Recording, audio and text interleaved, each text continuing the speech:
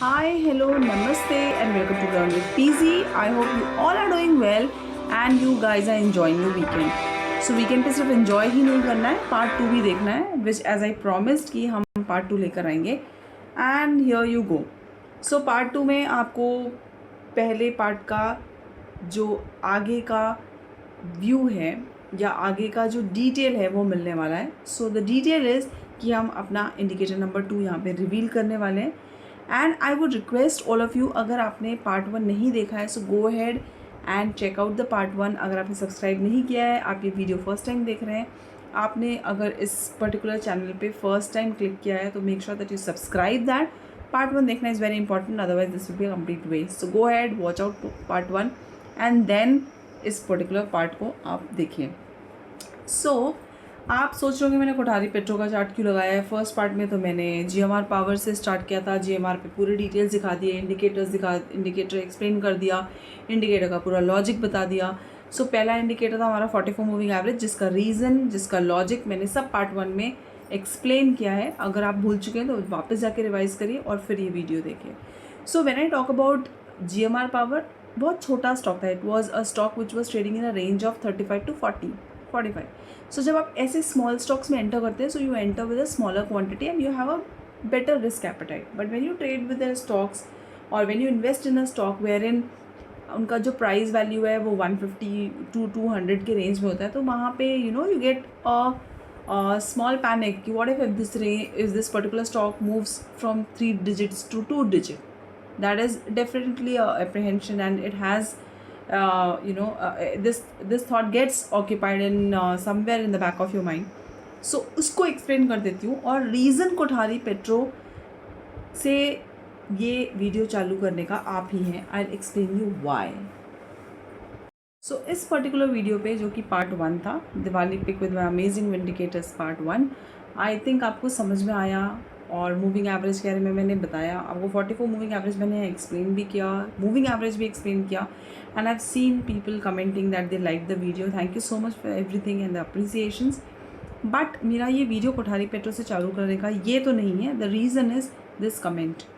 Somebody messaged me and commented that ma'am, by this 44 moving average logic, other pick Kothari Petro hit SL long ago with 50% loss and it moved up later. I replied to him or her telling that wait for part 2 and 3 to understand the details, which clearly meant that ये जो पुराना video है उसमें एक बात मैंने कही थी कि आप इस 44 मूविंग एवरेज के बेसिस पे सारी चीज़ें नहीं करने वाले. There are more indicators which are coming in, और बिना उसके ये जो पर्टिकुलर सेटअप है वो अधूरा है. सो एज आई सेड कि अगर आपने ये वीडियो पहले नहीं देखा है इसका पार्ट 1, और अगर आप इस चैनल पे फर्स्ट टाइम आए हैं, make sure that you subscribe to the channel. आप पुराना वीडियो देखिए. अगर आप पुराने वीडियो के लॉजिक्स भूल गए हैं तो please go ahead and revise the video and come back and watch this video again. So Kothari petro से चालू करने का यही रीज़न था, because when you go ahead and आप ऐसा कोई भी ट्रेड देखते हो after markets, because post market जो है चीज़ें एनालाइज करना, चार्ट पे दिखाना is quite easy. But when you try and experience something of your own, when the market is not live, analysis हो गया, कोई भी टेक्निकल एनालिसिस करने के लिए आपके पास एक क्लियर अंडरस्टैंडिंग होनी चाहिए that why and why not. So when I talk about this why here in Kothari Petro, मैं अपना सेकेंड इंडिकेटर रिवील करती हूँ. Before I tell the second indicator, I will tell you the initiation of it. So it actually was created in 1980 by Mr. John Bollinger. So when I say the word Mr. John Bollinger, I hope आप समझ गए होंगे कि हमारा indicator है क्या. So this is Bollinger Band. Now the beauty of this indicator is कि आपने इस पर्टिकुलर इंडिकेटर को लोगों को देखा होगा बहुत स्मॉल टाइम फ्रेम पे भी यूज़ करते हुए. लोग इस पर स्कैल्पिंग भी कर लेते हैं, लोग इस पर स्विंग भी कर लेते हैं, लोग इस पर इंट्राडे भी कर लेते हैं. But as I said, I am not a person who advocate small time frames. अगर आप मेरे पुराने वीडियोज़ देखेंगे, मेरे पुराने लॉजिक्स देखेंगे, मेरे पुराने चार्ट्स देखेंगे, if you follow me on any other platform like Twitter और टेलीग्राम और व्हाट्सएप, एनीवेयर, आप अगर आप नहीं फॉलो करते तो बायो में सारे लिंक्स दिए हुए हैं. You can go ahead and follow me on the other platforms as well. तो अगर आप मुझे कहीं भी प्लेटफॉर्म पे एनालिसिस करते हुए देखेंगे या कोई भी एक्सप्लेनेटरी वीडियो या चार्ट पोस्ट करते हुए देखेंगे, वहाँ पे आप मुझे स्मॉलर टाइम फ्रेम्स पे कोई भी एनालिसिस करते हुए नहीं पाएंगे, because I go head and follow moving averages. तो बॉलिंगर बैंड भी एक ऐसा पर्टिकुलर इंडिकेटर है जो कि कंसिस्ट करता है 3 बैंड्स का, and upper band, middle band and lower band. So यहाँ पे भी मूविंग एवरेज ही एक मेन रोल प्ले करता है, because the middle band is a simple moving average of the closing price over a certain period and which is by default setting of 20 days and we are using the default setting itself. तो आपको कोई उसमें छेड़छाड़ नहीं करनी है, आप default setting ही use करने वाले हैं। सो when I talk about this particular, I just hide everything, just a second.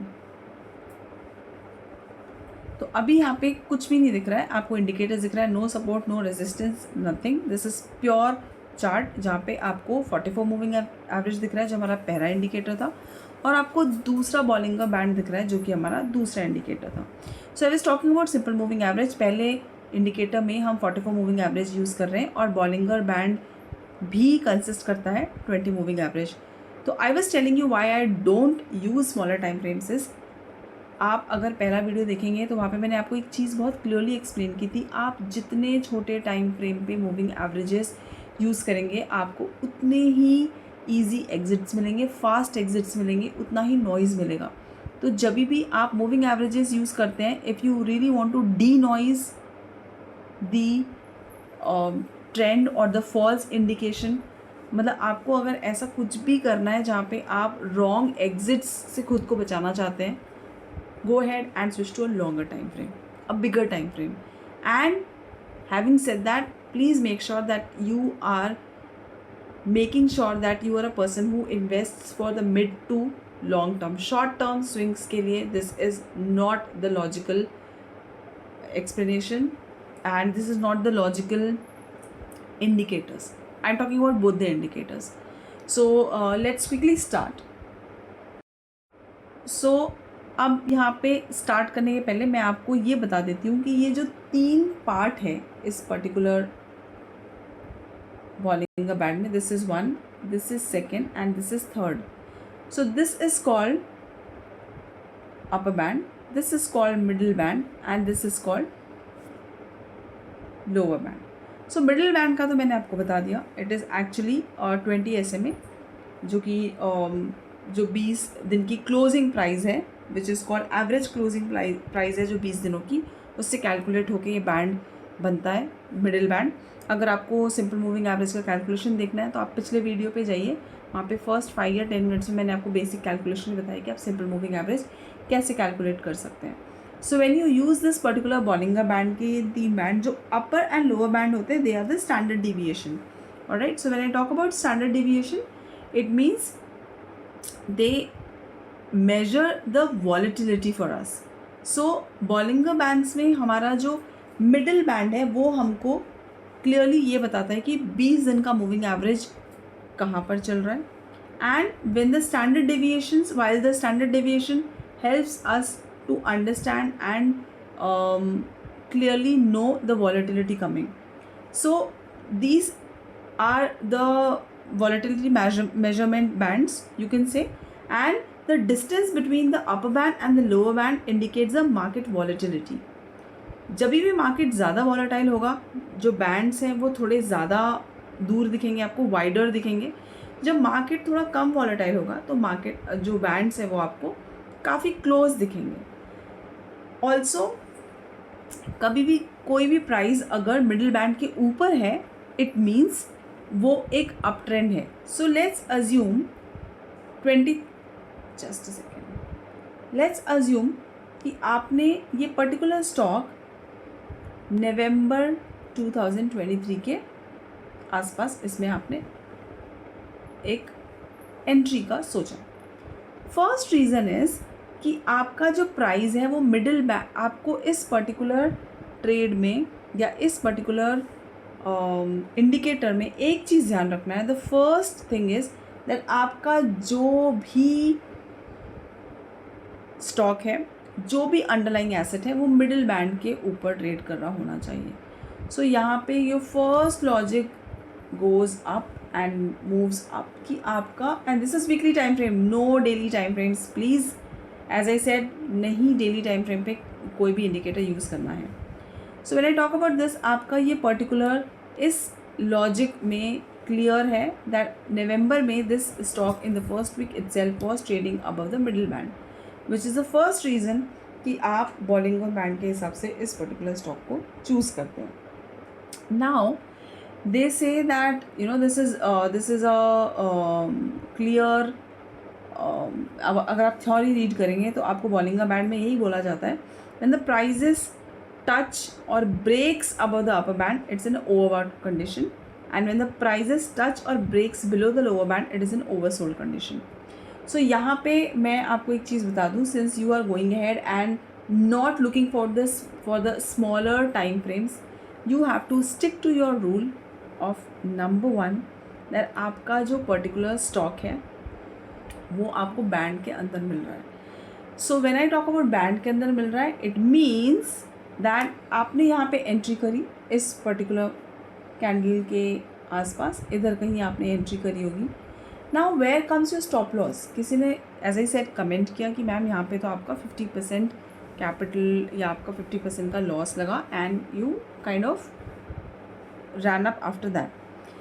Exits are very important. आपका स्टॉप लॉस भी इम्पॉर्टेंट है. इवन आपका अगर कोई स्टॉक प्रॉफिट में चल रहा है तो आपको वहाँ पे एग्जिट कब लेना है वो भी important. So will talk about exit later. मैंने आपको GMR में एग्जिट का एक ईजी प्लान भी बताया है if you are still holding that.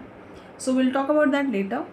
अभी फ़िलहाल हम ये देखते हैं कि कोठारी पेट्रो में एग्जिट क्यों नहीं हुई और हमको क्यों एग्जिट नहीं लेना है as per the Bollinger band. When you say that आपका कोई भी पर्टिकुलर स्टॉक है अगर अपर बैंड के ऊपर ब्रेकआउट करता हुआ मिल रहा है तो इट मीन्स वहाँ पे एक फ्रेश ट्रेंड चालू हो सकता है. And in case if it is not able to break through and it's kind of hovering around that particular price, so उसके लिए भी एक लॉजिक है that I will explain later in this video. So first thing first, यहाँ पे exit क्यों नहीं हुआ. Even the stock move down. So from a price of 147 it was around 110, 110 के प्राइस के आसपास आ गया था stock. Not 50% but yes around 35 to 37% का डाउन साइड दिख रहा था स्टॉक में. So when I tell you that it is a weekly time frame, it is not a daily time frame, it is not a smaller time frame, that clearly means that यहाँ पे आपको opportunities ढूंढनी है to hold the trade to make a bigger money here. ये आपको छोटे prices के लिए या छोटे टारगेट्स के लिए पर्टिकुलर ट्रेंड या ये पर्टिकुलर इंडिकेटर फॉलो करना ही नहीं है. That's the first reason. Now technically क्यों नहीं एग्जिट था. पहला रीज़न, बॉलिंगर बैंड के नीचे ये स्टॉक तो मूव भी गया और डाउन ट्रेंड भी हुआ बट एक फॉलो थ्रू नहीं आया. वीकली टाइम फ्रेम है, you have to wait. Weekly time frame पे क्या मेरा स्टॉक बॉलिंगर बैंड के नीचे क्लोज होके एक फॉलो थ्रू देता है, नहीं, मुझे नहीं मिला. सो कोठारी पेट्रो में it we entered somewhere around here, stock नीचे मूव हुआ, एक वापस अपसाइड मूव आया, वापस इट वेंट डाउन. और if you see here, if you clearly see here, यहाँ पे एक डाउन ट्रेंड मूव आया जहाँ पे 44 मूविंग एवरेज के नीचे भी एग्जिट मिला आपको एग्जिट अगर आप वीकली टाइम फ्रेम पे करते हो. बट एज आई सेड कि आपको सिर्फ 44 मूविंग एवरेज के बेसिस पे ना ट्रेड करना है, ना इस कोई भी स्टॉक में आपको एग्जिट लेना है. यहाँ पे हमको एग्जिट मिल जाता अगर आप सिर्फ 44 मूविंग एवरेज के बेसिस पे ट्रेड कर रहे होते. Now when the second indicator comes into the picture, it tells you that exit नहीं है. आपका पर्टिकुलर स्टॉक ने एक मूव दिया डाउन साइड, फॉलो थ्रू मिला नहीं. I am a fan of bigger time frame, I am a fan of follow through as well. आप मेरे बैंक निफ्टी के एनालिसिस देखिए, मैं कोई भी पर्टिकुलर प्राइस एक्शन के बाद I tell clearly, price action हो, इंडिकेशन हो, इंडिकेटर हो, कुछ भी हो, a follow through is important. यहाँ पे ब्रेकडाउन मिला, नेक्स्ट डे या नेक्स्ट पर्टिकुलर वीक का वेट करना है. क्या मेरे स्टॉक ने ऐसा कोई भी नेक्स्ट मूव दिखाया जहाँ पे मैं उसे एग्जिट करके निकल जाऊँ. फॉल्स एग्जिट मिल जाता आपको यहाँ पे. सो आपको जहाँ पे बड़ा पैसा क्रिएट करना है वहाँ पे आपको पेशेंस रखना पड़ेगा, अदरवाइज़ आप ऐसे ही एग्जिट्स करते रहेंगे. सो यहाँ पे एंट्री हो गई आपकी नवंबर में, आपने पर्टिकुलर स्टॉक को देखा एक डाउन ट्रेंड में मूव करते हुए, आपके स्टॉक ने डाउन ट्रेंड में मूव भी दिया, आपको एग्जिट भी दे दिया।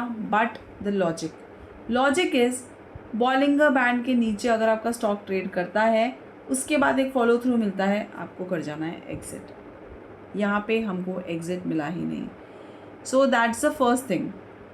नाउ सेकेंड थिंग कि when a particular stock is moving in a signal to buy on the Bollinger Band, आपको क्या करना है, you need to also check कि क्या मेरे पर्टिकुलर स्टॉक में जो मूव आ रहा है उसमें जो Bollinger Band है उसका जो स्लोप है वो अपवर्ड है। जी हाँ, आपके इस पर्टिकुलर स्टॉक में जो स्लोप था वो अपवर्ड ही था। बट एज आई सेड, क्योंकि यहाँ पे रिजेक्शन मिला हमको, वी मूव्ड डाउन, और यहाँ पे जब हमारा रिजेक्शन मिल रहा था इस पर्टिकुलर स्टॉक में, इट काइंड ऑफ यहाँ पे एक बेस फॉर्मेशन होने लगा था। सो वो बेस फॉर्मेशन के लिए आपको क्या फाइंड आउट करना है पर्टिकुलर स्टॉक में, जो नेक्स्ट कैंडल है जो फॉलो थ्रू वाली, पहला that it has to actually go ahead and close above the Bollinger band, वो आपको मिल गया। आपको बॉलिंगर बैंड के ऊपर आपको क्लियरली आपको क्लोजिंग मिल गई, फॉलो थ्रू कैंडल ने ब्रेकडाउन नहीं दिया, and it said that this particular exit was trap. आप यहाँ पे अपना जो एग्जिट करेंगे it is a wrong exit. Now second is, क्या मुझे फॉलो थ्रू में, नेक्स्ट फॉलो थ्रू में 44 मूविंग एवरेज के ऊपर ट्रेड करता हुआ मिलेगा? इट कुड नॉट, नहीं हो पाया, एक डोजी बना। It means it was indecisive. You have to still wait कि यहाँ पे कोई एग्जिट अभी भी मिल रहा है, या we need to wait and kind of be in the trade itself. So that's important. Third candle it clearly set 44 moving average के ऊपर ट्रेड कर रहा हूँ, बॉलिंगर बैंड के अंदर ट्रेड कर रहा हूँ, but now you have to wait for, अगर आपको पीपल आज के पिरामिडिंग कैसे करना है और ऐड कहाँ करना है वो लॉजिक भी बता देती हूँ। अगर आपको एक ब्रेकडाउन मिला, फॉल्स ब्रेकडाउन था, and you kind of could not go ahead and exit this particular trade, अब आपको फॉलो थ्रू मिल गया है, आपका स्टॉक जो है बॉलिंगर बैंड के ऊपर भी ट्रेड कर रहा है।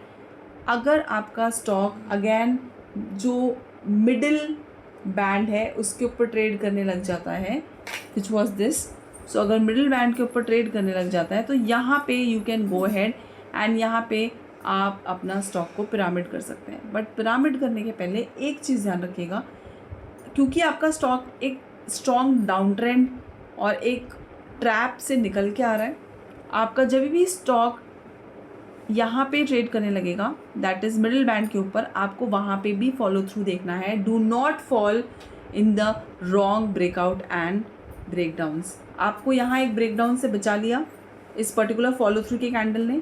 अब फॉलो थ्रू का इतना इम्पॉर्टेंट महत्व, मतलब इतना इम्पॉर्टेंस है, इतना महत्व है आपके प्राइस एक्शन में। आप एक लॉजिक समझिए यहाँ पर, अगर आपके पर्टिकुलर स्टॉक ने यहाँ पे मिडिल बैंड के ऊपर एक आपको क्लियरली ये बता दिया कि हाँ मैंने यहाँ पे मिडिल बैंड के ऊपर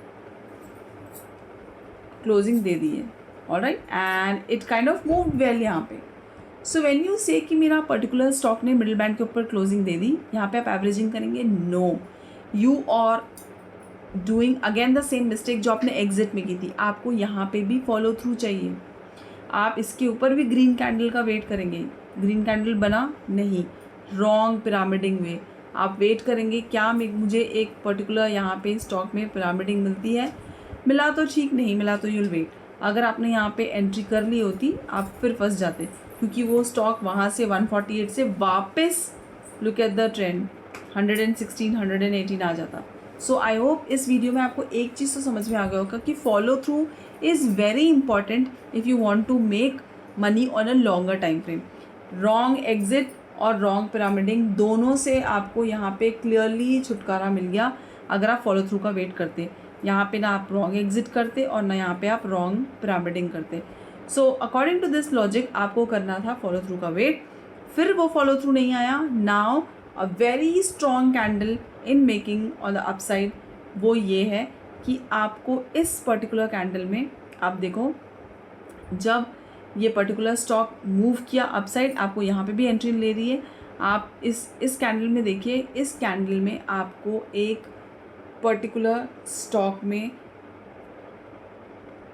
क्लियर इंडिकेशन दिख रहा है कि it is trading above this particular middle band. But the problem is middle band में ट्रेड तो कर रहा है बट अभी भी 44 मूविंग एवरेज के ऊपर ट्रेड नहीं कर रहा है। वहाँ पे आपको ये ट्राई करना है कि अभी भी कोई नेक्स्ट लेग ऑफ रैली के लिए वेट करने से पहले फिर हम ये चेक करेंगे कि क्या मेरा पर्टिकुलर स्टॉक मेरे दोनों इंडिकेटर्स के ऊपर ट्रेड कर पा रहा है with a follow through.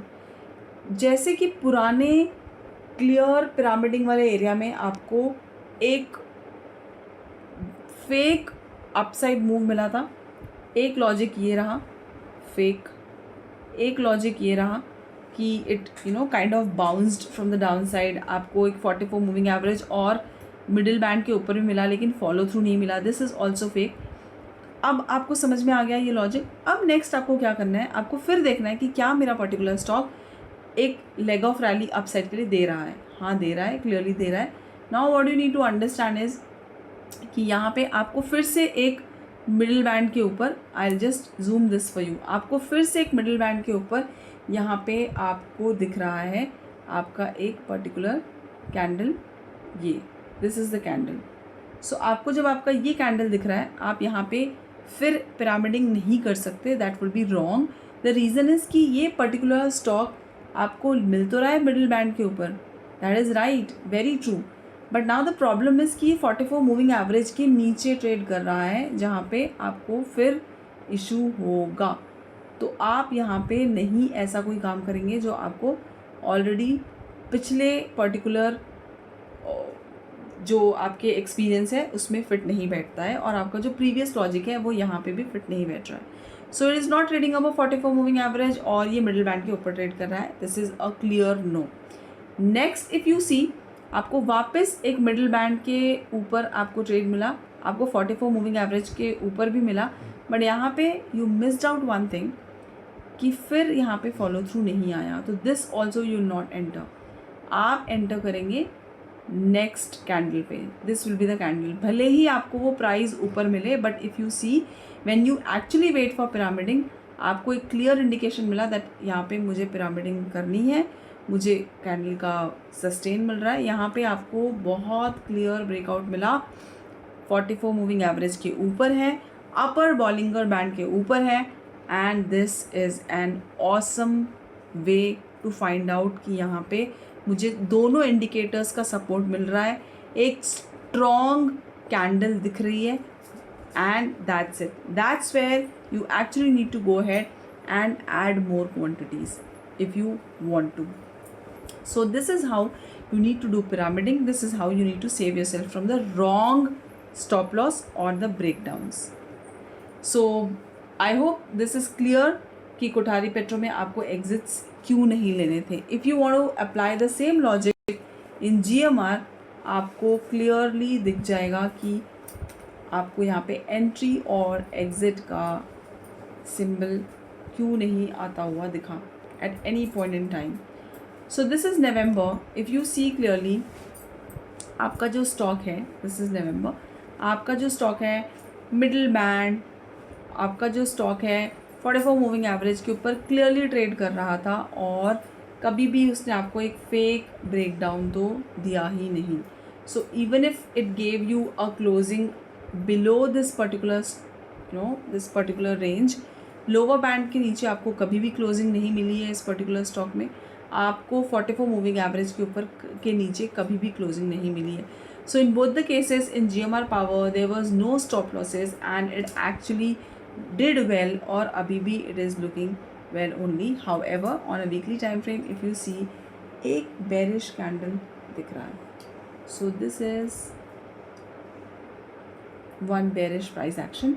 If you know this particular candle, go ahead and write the name of the candle in the comment section. Next indicator जिसके साथ आपको ये ट्रेड कंफर्म करना है वो आने वाला है पार्ट 3 में. If you like the video, hit the like button, subscribe और आगे थर्ड फाइनल वीडियो के लिए make sure that you are in. आपको पहले और दूसरे वीडियो को देख के वापस एक नोट्स बनाना है, आपको वापस वीडियो में जाना है, पार्ट 1 के 44 मूविंग एवरेज समझना है, बॉलिंग का बैंड समझना है, and here you go. I hope you really like the video. Stop loss मैंने समझा दिया, एंड अगेन टेलिंग यू, अगर आपको किसी भी वीडियो में कोई भी लॉजिक या कोई भी पर्टिकुलर वीडियो में अगर कुछ भी क्वेश्चन होता है, please write down in the comment section. I would love to hear from you guys in the comment section. Thank you so much and bye. If you like the video, do like, share and subscribe guys. See you all tomorrow. Good night.